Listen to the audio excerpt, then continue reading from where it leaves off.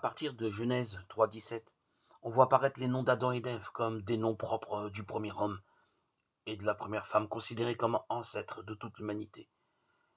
Et en Romains 5:12-21, l'apôtre Paul fait d'Adam le premier pécheur, celui qui a ouvert la porte au péché et au fruit du péché, qui est la mort. Par un seul homme, le péché est entré dans le monde, et par le péché, la mort. La mort a atteint tous les hommes parce que tous ont péché. Romains 5:12.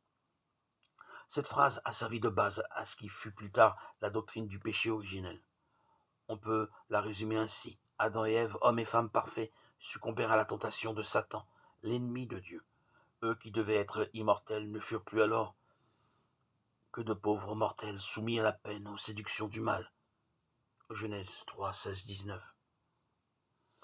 Adam et Ève entraînèrent tous leurs descendants, tous les hommes, dans cette situation misérable. Vie pénible, mort inévitable et séparation éternelle d'avec Dieu.